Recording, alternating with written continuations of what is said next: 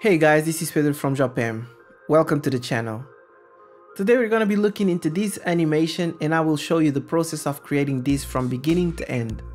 And as you read in the title, this is in no way me trying to impose that I'm an animator, because I'm not. I'm simply learning and documenting my process through these videos. My ultimate plan, in case you're new to the channel, is to develop games, and I figure that it is vital to at least understand some, if not all, aspects of it. 2D and 3D design is something that I already do, and now I'm delving into animation too. And it's through these little experiences that I finally understood the difference that it makes to have a powerful computer, because mine can barely cope with some of these projects. And I'm not even doing anything considered quote unquote complex. But anyway, with no further ado, let's get right into it. As you can see, the first thing I did was create a circular road texture and import it as a plain image. Then I imported this motorbike and scaled it down to fit the road. The bike had multiple meshes, so what I did was, I selected all the meshes and pinned them all down to one mesh. That way, all the adjustments made to that one mesh would affect the rest of the group.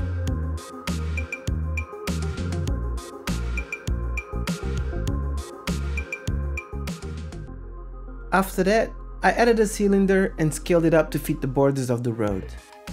The idea was to create concrete walls to add more detail into the scene, you know, just to make it a little bit more realistic.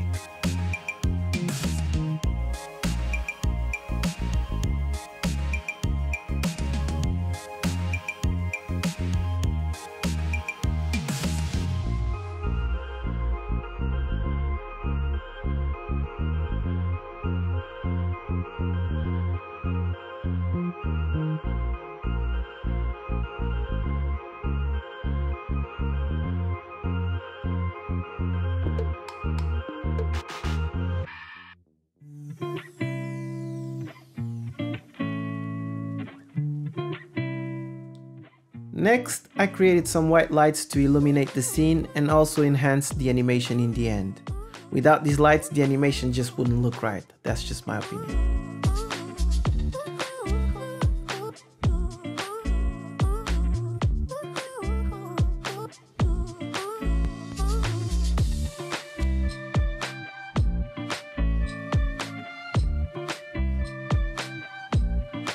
I copy-pasted them several times and placed them around the cylinder.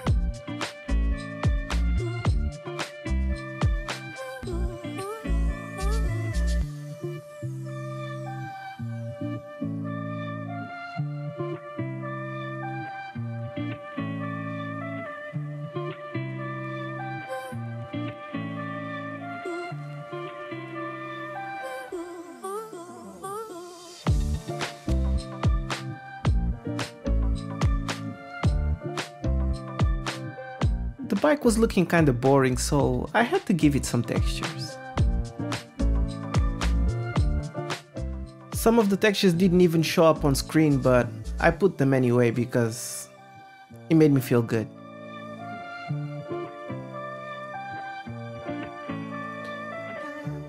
Right after that, I added some lampposts. I pretty much used the same process that I used with the other white lights. So I basically copy and paste them, scaled it down first, and then copy paste them and place them all around the cylinder.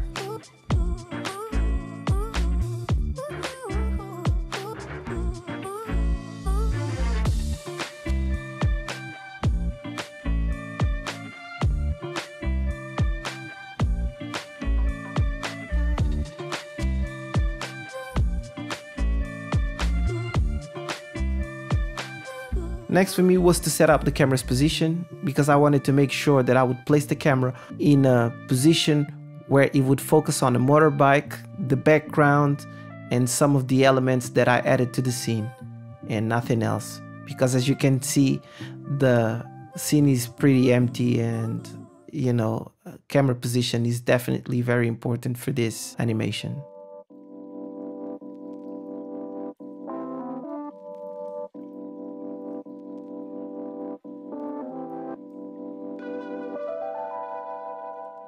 Moving forward, I then added a background image and scaled it up to fit the camera.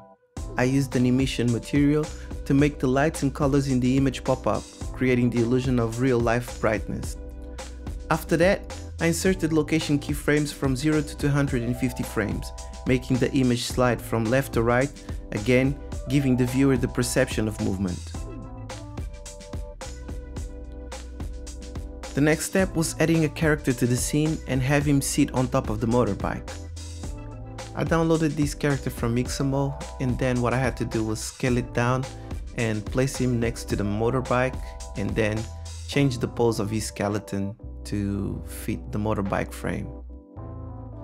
And using this skeleton made me realize the importance of using inverse kinematics. It's just, it would have made my life much easier. I had to pretty much pick each and every bone and place it, and even so I didn't manage to get it to work as it should. Whereas if I would have a different type of skeleton, or at least one that has inverse kinematics, it would have made my life much easier. But what is done is done.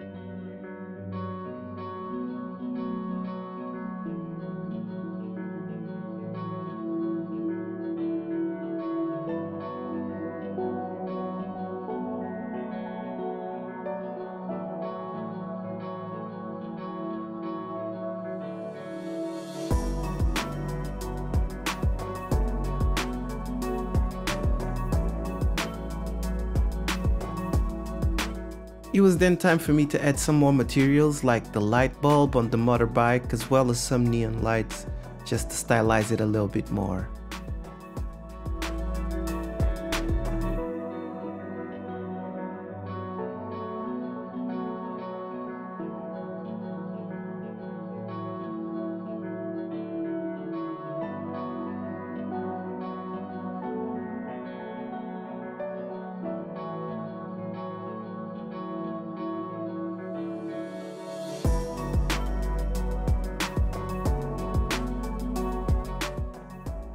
The animation was nearly ready, and it was now time to add the hidden objects back to the scene.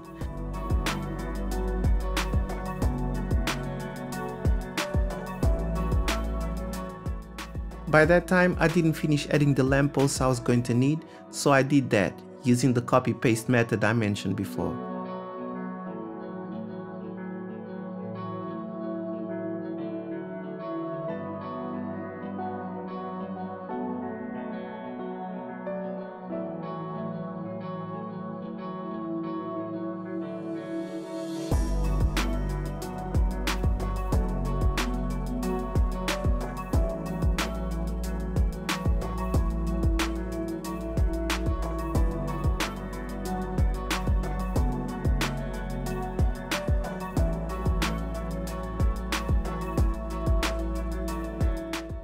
Once I had all the objects ready, I pinned them down to the road, forcing them to rotate when the road does.